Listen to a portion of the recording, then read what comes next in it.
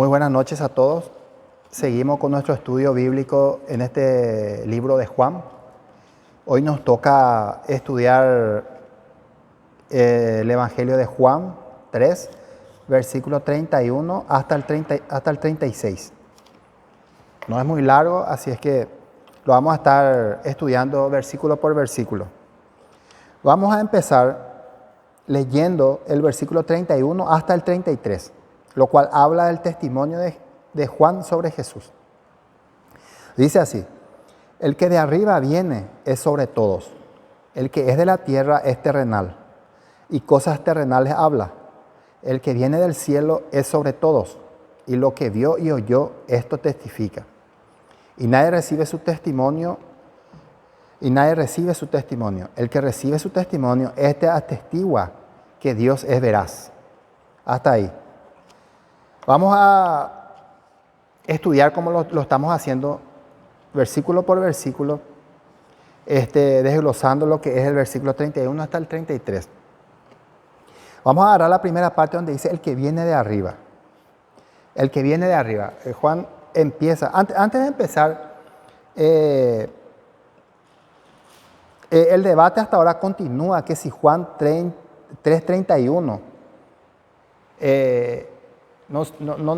no se sabe si se escribió Juan el Bautista o escribió Juan, el escritor de Juan, a modo de comentario. O sea que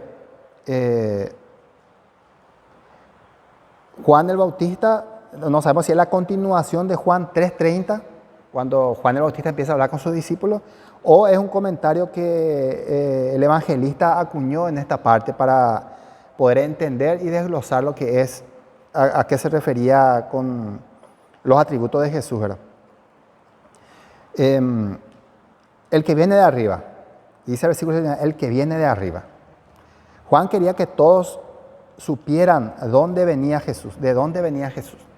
Jesús era diferente a todos los demás porque vino del cielo. Él no era excepcionalmente espiritual, ni sabio, ni un buen hombre. Él era y es Dios de arriba. Una cosa que nos aclara aquí el Evangelio de Juan es que Jesús vino de arriba.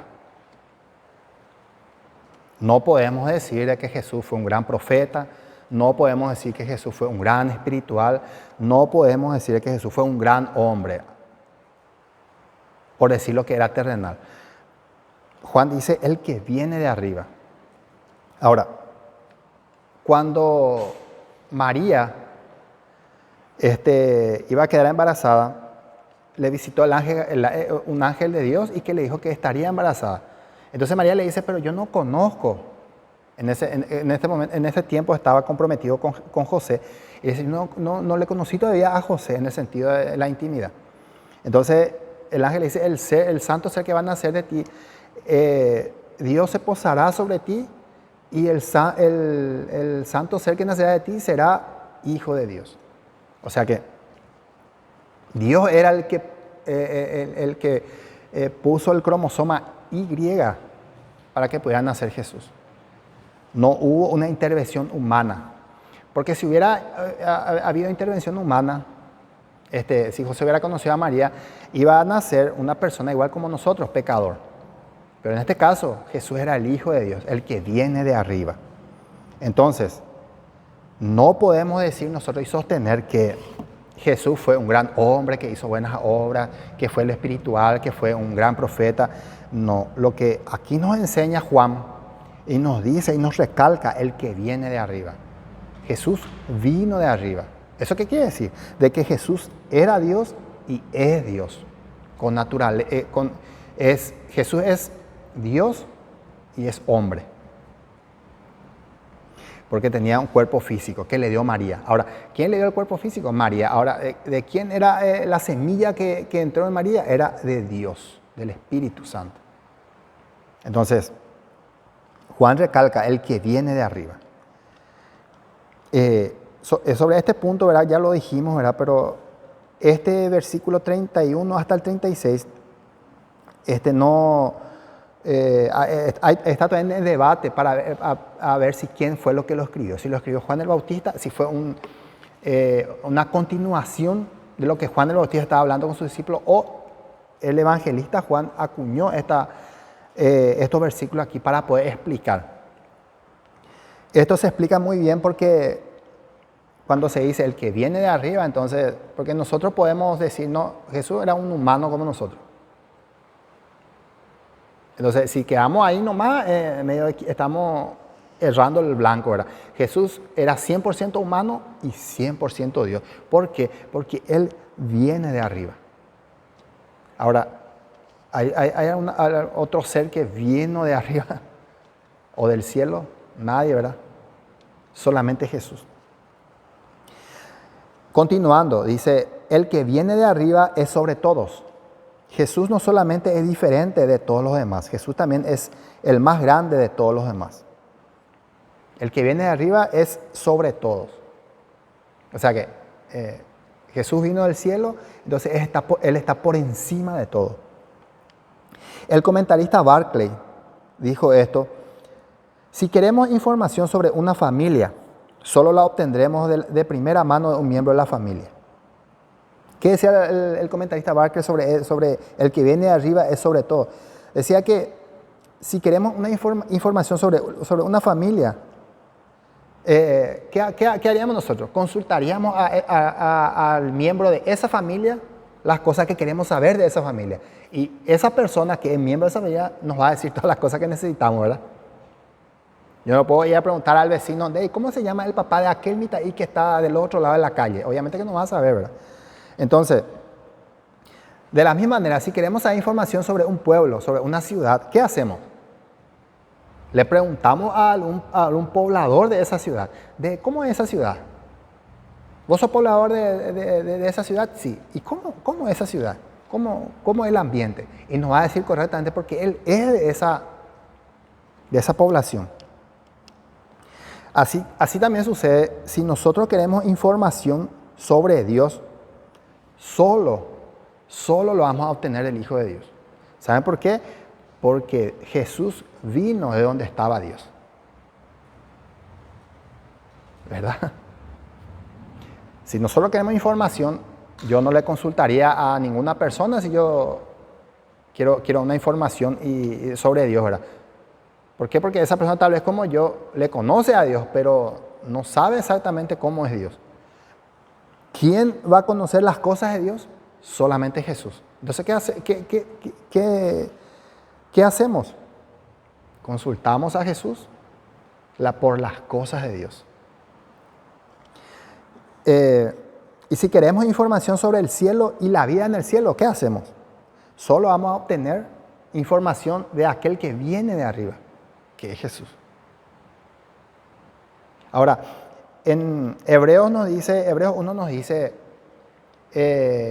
en tiempos antiguos Dios habló de muchas maneras, habló por medio de ángeles, a los profetas y a los profetas, ¿verdad? Se aparecían en visiones. Pero ¿qué dice Hebreos? Dice que en estos últimos tiempos Dios nos ha hablado por medio de su Hijo, dice. Y en la carta de los hebreos, dirigido a los hebreos. O sea, ¿qué le estaba diciendo a los hebreos? Espera, antes ustedes recibían el mensaje de Dios por medio de ángeles, a algunos escogidos. Por medio de Dios a los profetas, para que les digan a ustedes. Pero ahora dice el escrito, dice Pablo, pero ahora Dios le habla a ustedes por medio de Jesucristo. O sea que acá nos da a entender de que Juan el Bautista, como lo estábamos viendo en el estudio pasado, Juan el Bautista vino a ser el último de los profetas. Él puso a poner fin a la continuidad de los profetas y de ahí entró Jesucristo. Continuando, dice, el que es de arriba viene y es sobre todo. Lo que vio y oyó. Ahora vamos a ver lo que vio y oyó. ¿Qué dice el comentarista Dobbs? El comentarista Dobbs dice, viendo y escuchando son equivalentes a tener conocimiento directo. ¿Qué hizo Jesús? Jesús vino del cielo, vino de arriba, está por sobre todo y nos dio a conocer lo que vio y oyó. ¿Qué quiere decir eso? De que Él tenía conocimiento directo de las cosas del cielo y las cosas celestiales y las cosas de Dios. Todo el conocimiento lo tiene Él. Dice, continuando, vamos a hablar sobre, nadie recibe su testimonio. El que viene de arriba, el que de arriba viene es sobre todos. El que es de la tierra es terrenal. Y las cosas terrenales habla. O sea que nosotros solamente podemos hablar de las cosas de la tierra, ¿verdad? Yo solamente puedo hablar de las cosas que he visto y he estado circundando. Todo lo que nacieron acá en la tierra, todos, absolutamente todos, no hay nadie que pueda decir, yo conozco las cosas del cielo, si nació en esta tierra. El que viene del cielo es sobre todos. Ya vimos ya que es el que viene del cielo es sobre todo. ¿Por qué? Porque viene de Dios. Y lo que vio y oyó, esto testifica. ¿Qué hace el que vino de arriba? Vio y oyó, dice. Y esto testifica. O sea que, ¿qué hizo Jesús? Él vino a este mundo siendo 100% humano y 100% Dios, a testificar, a decir, a hablar, a expresarnos a nosotros las cosas que vio y oyó allá en el cielo. Las cosas que oyó en el cielo. Y luego dice, y nadie recibe tu testimonio. Ok. Juan proféticamente anticipó el rechazo que Jesús soportaría en su ministerio. En este versículo dice, y nadie recibe su testimonio. En tiempo de Juan, cuando él escribió, ya pasaron casi 100 años de que Juan empezó a escribir el libro de Juan. En ese tiempo, Juan dice, nadie recibe su testimonio. Dice. Y eso lo vimos cuando los judíos, los escribas, los judíos, los escribas y todos los líderes religiosos empezaron a rechazarle a Jesús. No, vos no podés ser el ungido de Israel, vos no podés ser el Salvador. Empezó a rechazarle, ¿verdad? Y ese rechazo también Juan profetizó hasta nuestros días. Porque en nuestros días no todos reciben el testimonio de Jesús. No todos. El testimonio de Jesús nosotros lo podemos ver ejemplificado en Nicodemo. Cuando Nicodemo, ¿se acuerdan del estudio que tuvimos? Cuando Nicodemo se acerca a Jesús y le dice, maestro. Entonces Jesús le para en seco y le dice, tenés que nacer de nuevo, Nicodemo. Y Nicodemo, queriendo parafrasear y complacerse, ¿verdad? Le dijo, pero ¿cómo yo voy a nacer de nuevo? Voy a entrar de nuevo en el vientre de mi madre y voy a salir, ¿verdad? Poniendo una excusa, ¿verdad? Entonces Jesús le dice, todos tienen que nacer de nuevo, de agua y de espíritu. Ese es lo que Jesús vio y oyó. Ese es lo que Jesús testifica. Eso es lo que Jesús dice, mira, ustedes toditos son terrenales. Toditos, no hay acepción de personas. Toditos son terrenales. Ahora, todos tienen que nacer de nuevo. De agua y de espíritu. O sea, todos tenemos que arrepentirnos. Todos tenemos que arrepentirnos porque somos pecadores y tenemos que acercarnos a Jesús como nuestro Salvador. Ese es lo que Jesús vio y oyó. Y nos viene a decir, ¿qué dice? Es como que una mamá se enojó con el hijo y con uno de los hijos, con el hijo mayor. Pero el hijo mayor no estaba en la casa. Y el hijo menor escuchó que la mamá dijo, cuando venga ese mitad, y le voy a pegar, porque falló y esto y aquello. Entonces el hijo menor, ¿sabe qué hace? Se va y le cuenta al hijo mayor. De vos sabés que mamá está enojada contigo porque hiciste algo malo. Y para que puedas saber qué hacer. Más o menos es así. Cuando Jesús viene, lo que vio y yo dice, mira, tienen que nacer de nuevo todos. Tienen que arrepentirse de sus pecados. Y creer en Jesucristo. ¿Para qué cosa? Para la vida eterna. Para que ustedes puedan ser salvos. En primer lugar, de sus pecados. Y en segundo lugar, salvos de la ira de Dios. Y en tercer lugar, estar delante de Dios cuando abandonemos este mundo. Entonces, Jesús vio y oyó y eso testifica. Y dice, y nadie recibe su testimonio. En tiempo de Jesús, poquísimas personas aceptaron el testimonio de Jesús. Se arrepintieron, cambiaron su vida y empezaron una nueva vida en Cristo Jesús. Y ya han pasado 2000 años y seguimos de vuelta. Y seguimos de vuelta.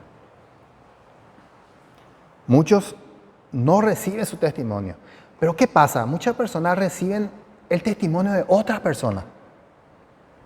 De otra filosofía, de otras ideas, de otros pensamientos. Y le dice a Jesús, espera un poco Jesús, no, yo voy a seguir este pensamiento, pero porque creo que este pensamiento me va a llevar a ser buena persona. Pero el caso es que no es que lleguemos a ser buena persona, el caso es que lleguemos a estar bien con Dios. Siguiendo, dice, nadie recibe su testimonio. Juan proféticamente anticipó el rechazo que Jesús soportaría en su ministerio. Jesús vino del cielo, testificó la verdad. ¿Se acuerdan que Jesús dijo, yo soy el camino, la verdad y la vida? Ahí resumió también, yo soy el único que vine de arriba. Así que yo soy el único camino, ¿verdad? No lo dijo en este tono fuerte, ¿verdad? Pero lo confirmó ahí, yo soy el camino, la verdad y la vida. Cuando dijo estas palabras Jesús, yo creo de que Jesús estaba haciendo una invitación a todos. Yo soy el camino, la verdad y la vida. Cuando hace este testimonio Jesús, queda a la expectativa del oyente decir, sí, yo quiero ir por ese camino, yo quiero escuchar esta verdad, yo quiero tener esa vida. Pero también está la expectativa del oyente de decir, no, gracias nomás yo voy a seguir nomás este pensamiento, voy a seguir esta filosofía, voy a seguir esta religión porque me satisface. Entonces ahí nace el rechazo del testimonio de Jesús. Decía Blaise Pascal, decía, es mejor equivocarme en un Dios que no existe que equivocarme con un Dios que existe, dice. Porque el día que yo me muera, dice Pascal, y si en la nada no hay nada, nada pierdo, dice. Pero, dice, si yo me muero pensando que no creía en algo y ese algo se me presenta, voy a rendir cuenta de mi incredulidad, decía Blaise Pascal, un gran hombre de la física moderna. Así es que no rechacemos el testimonio de Jesús. No rechacemos el testimonio de Jesús.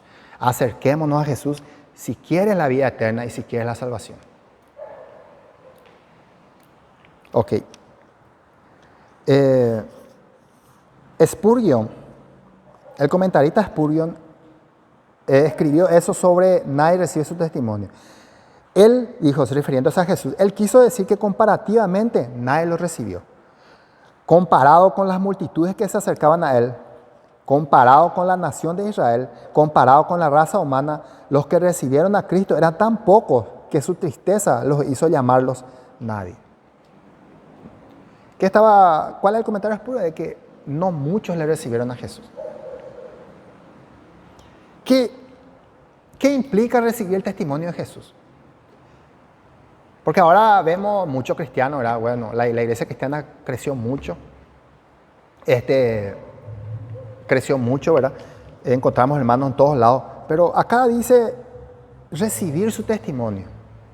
¿Qué es recibir el testimonio de Jesús? Recibir el testimonio de Jesús es creerle a Jesús. Y buscar las cosas que vienen de arriba. Número 2. Ahora, recibir el testimonio de Jesús es también nosotros, como dijo Juan, ser embajadores de Cristo.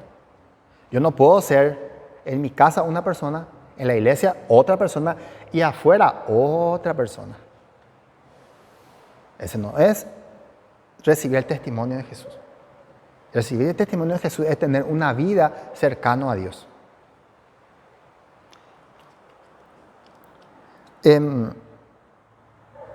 Atestigua, dice, vamos a ver, esto testifica y nadie se recibe tu testimonio.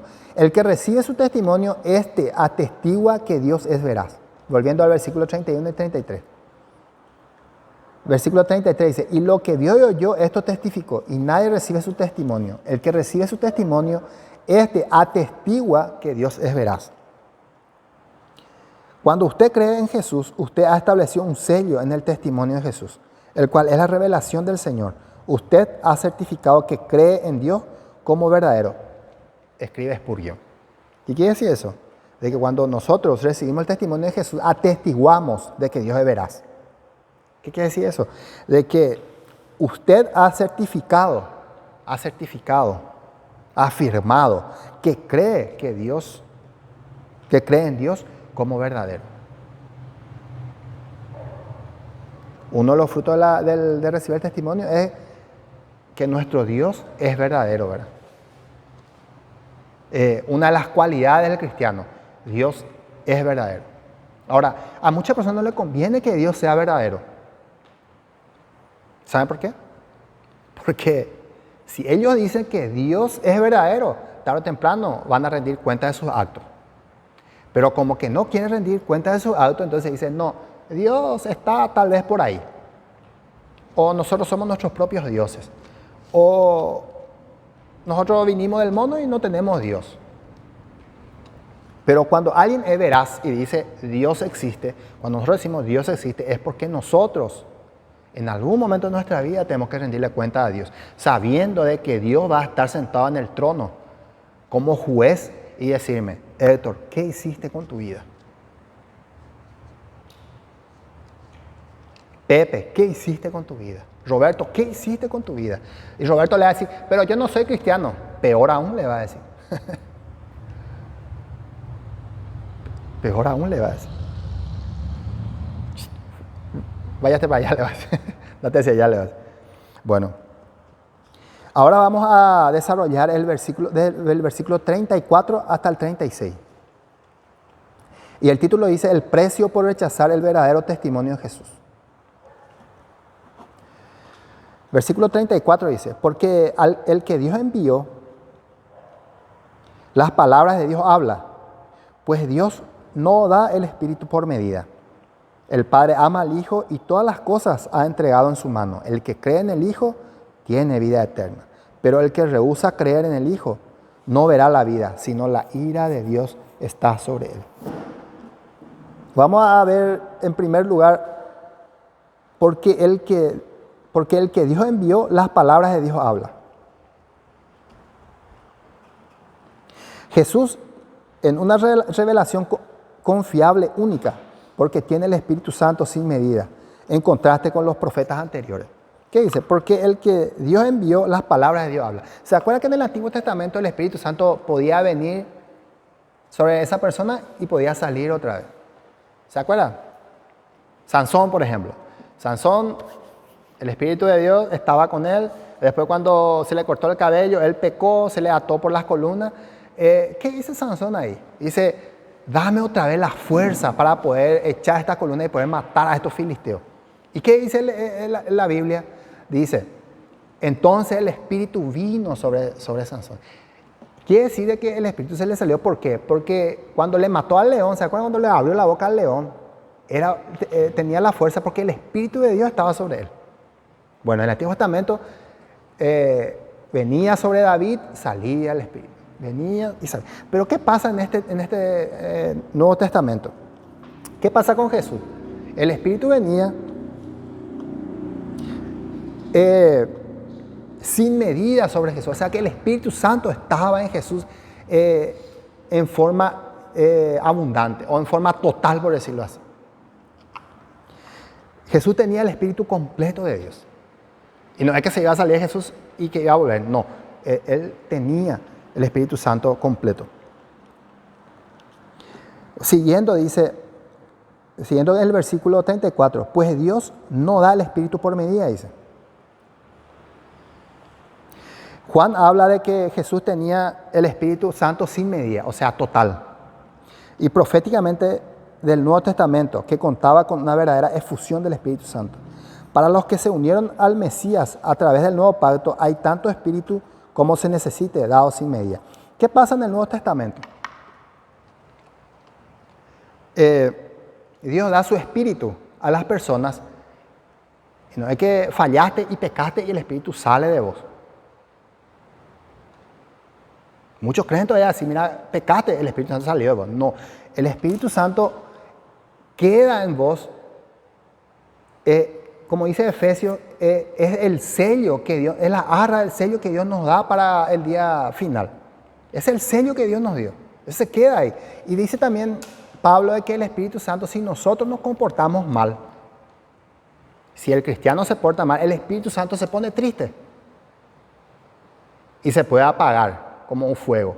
Está ahí el fuego, pero se acaba. Entonces, en el Nuevo Testamento no es que el Espíritu viene a nosotros y después se va a otra de nosotros. No, Dios nos da por gracia al Espíritu Santo y nos da sin medida. Por eso Pablo decía, ser lleno del Espíritu Santo. Busca ser lleno del Espíritu Santo. Los libros rabínicos dicen que el Espíritu Santo solo era dado a los profetas en medida. Eso es lo que estábamos hablando. Se le daba a los profetas un poquito, mucho más, un poquito, un montón. Esta efusión sin medida del Espíritu en él confirma que habla las palabras de Dios. O sea, cuando Jesús viene, hace los milagros, porque los milagros no se pueden negar que se hicieron. Hacen las proezas, hace cosas que ningún hombre ha hecho. Eso quiere decir que Jesús estaba lleno del Espíritu sin medida, no tenía condiciones, sino que cuando dice sin medida no podemos medirlo. Ok, continuando, dice. Continuando el versículo 64 dice, el Padre ama al Hijo. 2 veces en este Evangelio leemos que el Padre ama al Hijo, en Juan 3:35 y Juan 5:20. El verbo aquí es ágapo y el otro es fileo. La alteración de estos verbos en afirmaciones idénticas ilustra la propensión del evangelista de variar su elección de sinónimos. Esto lo dice el comentarista Bruce. El Padre ama al Hijo. El Hijo. Ahora veremos el siguiente, la continuación del versículo que dice, el que rehúsa creer en el Hijo no verá la vida, sino que la ira de Dios está sobre él. Un versículo bastante, por decirlo así, bueno y para algunos y malo para otros, ¿verdad? El que rehúsa creer en el Hijo no verá la vida eterna, sino la ira de Dios sobre él. Juan explicó que como Jesús es el hombre del cielo, el que viene de arriba, hay un alto precio a pagar por rechazarlo. Si usted rechaza al Hijo, entonces usted recibe la ira. Ah, no, pero Dios entonces, Él pone la... no, Dios es un tirano porque Él dice que hay que creer nomás en Jesús. Perfecto. Puedes sostener esa postura. Pero lo que el Hijo hizo por ti en la cruz, pagando el precio de nuestro pecado, derramando su sangre, murió, resucitó a los 3 días, subió al cielo. Es el precio que Jesús pagó en rescate de nosotros. Ahora, si yo quiero acceder a ese rescate, perfecto. Señor, yo quiero acceder a ese rescate. Quiero ser limpio de mi pecado, de mi adulterio, de mi fornicación, de mi orgullo, de mi soberbia. Quiero ser libre, me arrepiento. Quiero recibir el testimonio de Jesús. Perfecto. Pero también, del otro lado, el que se rehúsa a creer en el Hijo de Dios, dice, Señor, yo puedo solo. Yo me imagino que soy tan buena persona que voy a poder salir adelante o voy a poder realizarme. ¿Qué dice Dios? Allá tú, dice. O sea, el que rehúsa. O sea, que Dios no está obligando a nadie a creer. Dios dice, el que cree en el Hijo de Dios tiene la vida eterna. El que rehúsa creer en el Hijo de Dios no verá la vida. Dice, espera un poco. Tú que dices que no quieres creer, que rehusas creer en el Hijo de Dios. Y a lo mejor dices no, yo me muero y termina todo. Pero ojo lo que dijo Pascal. Si morís no hay nada. Perfecto. Pero si morís y te vas y te encontrás con ese ser superior que te creó, vas a rendir cuenta de tu incredulidad y de tu de tu rechazo a creer en el Hijo de Dios. No verá la vida, dice, sino que la ira de Dios está sobre él. ¿Por qué la ira de Dios está sobre las personas que se rehusan a creer en Jesús? ¿Por qué? Porque si ustedes vieron la película La Pasión de Cristo de Mel Gibson, imagínense ese cuadro, todo lo que Jesús hizo por nosotros para el perdón de nuestros pecados. Y la ira de Dios se descargó sobre Jesús en ese momento. Entonces, cuando yo me identifico con Jesús y digo, Señor, perdóname, me arrepiento, acepto lo que tú hiciste por mí, quiero recibir tu testimonio, le dijimos a Jesús, ¿qué pasa? El castigo que estaba sobre nosotros ya pagó Cristo en la cruz. Pero ¿qué pasa cuando yo le digo, Señor, no, yo creo que voy a ser suficientemente persona, puedo desarrollarme como persona, como humano sin ti? ¿Qué pasa?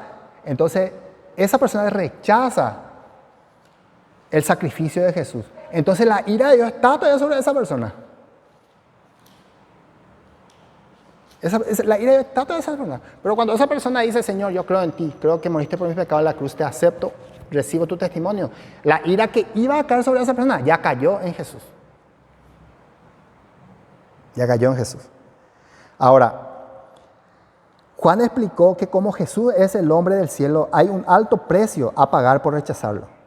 Si usted rechaza al Hijo, entonces usted recibe la ira. ¿Pero por qué Dios me va a castigar si yo soy buena persona, soy exitoso, yo le ayudo a la abuelita para cruzar la ruta, yo no digo malas palabras? Pero hay dentro de nosotros, yo te digo, si vos pensás eso, sentate en tu cama cuando vas a dormir y pensá. Si dijiste malas palabras ese día, si miraste a esa mujer con deseo, si engañaste a la persona, si defraudaste a la persona, si chantajeaste a la persona. El mismo hecho de que tú digas, yo soy autosuficiente, ¿qué está haciendo? Está diciendo a Dios, quédate allá, yo me quedo acá. Y tal vez te vaya bien, tal vez te vaya bien, tal vez te vaya toda la vida bien, pero acordate el día en que mueras, porque todos vamos a morir, absolutamente todos, tarde o temprano. Y cuando mueras, esto te digo, que te vas a encontrar con tu Dios y le vas a rendir cuenta de por qué de tu rechazo. Allá vos vas a saber qué le vas a decir. Ok, bueno, dice, el que rehúsa creer. ¿Qué entendemos por el que rehúsa creer? Dice Spurgeon, él puede pensar que no creer es poca cosa, pero ciertamente es un tiro de asta punzante contra la deidad. Dice Spurgeon. Tal vez el que dice, no, yo no creo, no, tal vez esa persona está diciendo, no es como gran cosa la deidad, porque yo decido creer, no creer. Pero ¿qué estás haciendo? Estás lanzando una jabalina, estás lanzando una lanza a la deidad de Cristo. Ahora veremos la ira de Dios. Ok. ¿Qué es la ira de Dios? La palabra no significa una ráfaga repentina de pasión. O sea, muchas veces nosotros estamos bien y después nos agarra un nervio y saltamos de ira, pero termina después. Esto no es así. La ira de Dios no es así. La ira de Dios no significa una ráfaga repentina de pasión o una explosión de mal genio. Una explosión de mal genio después termina. Más bien es el reiterado desagrado de Dios contra el pecado. ¿Por qué viene la ira de Dios? Por el desagrado de Dios hacia el pecado de las personas. Ahora entiendo por qué Dios está enojado conmigo, porque soy pecador. ¿Verdad que sí? Todos somos pecadores. Más bien es el reiterado desagrado de Dios contra el pecado. Es la alergia divina al mal moral, la reacción de la justicia ante la injusticia, dice el comentarista Tini. Eso es lo que le molesta a Dios, la injusticia. No, pues yo soy buena persona, hermano, yo soy buena persona. Estás haciendo injusticia. Pensá nomás. No, pero yo soy un espectáculo, yo le favorezco a todos, me río a todos, le saludo bien a todos. Está bien, esas son cosas exteriores. Pero el pecado lo traemos en la sangre. Cuando Adán y Eva pecaron, ese pecado, esa contaminación del pecado, por medio de la sangre, por el gen del pecado, nos contaminamos todito. Nos contaminamos todo. Ok, rechazar al Hijo de Dios es rechazar su regalo. Ok, ¿qué es el regalo? El regalo es la vida eterna. ¿Qué dijo eso? El que cree en mí tiene vida eterna. Yo le voy a dar un regalo, dice Jesús. Él muere en vez de nosotros en la cruz. Resucita el tercer día, va al cielo. Es un regalo. Ahora, ¿qué vos podés hacer el regalo? Te llevan un regalo, vos podés aceptar. También podés rechazar. Rechazar al Hijo de Dios es rechazar su regalo. ¿Cuál es ese regalo? La vida eterna. No, piensen en esto. A todos los que creen que no hay nada después de la muerte, se van a llevar una gran sorpresa, ¿verdad? Porque después de la muerte es donde realmente nosotros, lo que importa para nosotros. Si dónde vas a pasar la eternidad. ¿Sabes por qué? Vos hoy en esta tierra puedes vivir 70, 80 años. Pero después de la muerte hay una eternidad. Y el regalo de la vida eterna es un regalo para la eternidad. Acá no importa, acá sobre la tierra no importa. No importa lo que hayas sido, lo que hayas alcanzado, nada. Sobre esta tierra lo que importa es creerle a Jesús y agarrar su testimonio y arrepentirnos de nuestro pecado. La vida eterna no es una vida de 80 o 70 años. Es vida eterna, dice. Nadie puede contar. Ahora, depende de nosotros aceptar ese regalo o rechazar. Si queremos vivir una vida eterna cerca de Dios o queremos vivir una vida eterna alejado de Dios. ¿Qué más conviene? Dice Jesús, ¿de qué le sirve al hombre ganarse el mundo, dice, y perder su alma, dice? Jesús habló muchas más veces del infierno que del cielo cuando Él estaba en este mundo. ¿De qué le sirve al hombre ganar todo? Y después en el día último, lejos de Dios, ahí en el lago de fuego. Eso también van a estar eternamente, ¿verdad? Van a sufrir eternamente. No, una vida de 70, 80 años nomás. No es también que yo muero, me voy y pago en el limbo mis pecados, en el purgatorio, y después paso. Eso no existe. Eso no existe en la Biblia. En el Dios verdadero, eso no lo dice el Dios verdadero. No hay un intermedio en la cual vos podés decidir, no, ahora recién yo voy a creerle a Jesús. No, no hay. Acá en la tierra uno decide. Acá en la tierra somos peregrinos y estamos caminando para encontrarnos con nuestro Dios. Si encontré, lo acepto. Si encontré, lo rechazo. Allá vos, me dice Dios. Dice, la ira de Dios es un concepto desagradable para muchos estudiosos modernos. Nadie quiere escuchar, ¿verdad?, que Dios le va a castigar. Eso, nada, absoluto. Yo no quiero escuchar eso. Pero la Biblia dice así, hay que hablarlo. Hay que decirlo. Y con mucho más razón en estos tiempos en la cual ya no se profundiza lo que es la teología. La gente no habla nomás de la ira de Dios. Habla nomás de la prosperidad y esto te va a salir bien, y esto purete, y esto, y hace esto, y te va a prosperar. Pero nadie quiere hablar de la ira de Dios. Pero la ira de Dios está también en la Biblia y tiene que ser hablado. Para el cristiano, para el que cree verdaderamente de Jesús, hablar de la ira de Dios es hablar de un castigo que no se le va a realizar a ese cristiano. Pero cuando un no cristiano habla de la ira de Dios, o conoce la ira de Dios, o escucha la ira de Dios, es algo que se le va a aplicar a su vida si es que no cree en Jesús. Por eso es desagradable hablar que los incrédulos no, y los que no conocen a Dios no quieran escuchar este versículo. Dice Morris, el comentarista Morris, es un concepto desagradable para muchos que no quieren escuchar. Y se llevan a cabo varias cosas para suavizar la expresión o explicarla. Sin embargo, esto no puede ser hecho sin hacer gran violencia a muchos pasajes de la Escritura y sin distraer del gran carácter moral de Dios. Morris, el comentarista Morris. Ok, vamos a avanzar. Y en la última parte que vamos a estudiar dice, la ira de Dios está sobre él. Ya vimos que era la ira de Dios, que no era una ira momentánea después. No, la ira de Dios es constantemente la ira de Dios hacia el pecado. Y usted me puede decir, no, pero nosotros no somos pecadores. Fíjate en el mundo, fíjate en la tele, fíjate en las noticias. ¿No engañaste a nadie? ¿No hablaste mentira? ¿No hiciste excusa? Mirad nomás la sociedad. ¿Vos pensás que Dios no está airado por esas cosas? Por las cosas malas, por la violencia, por el enfriarse el amor entre las personas.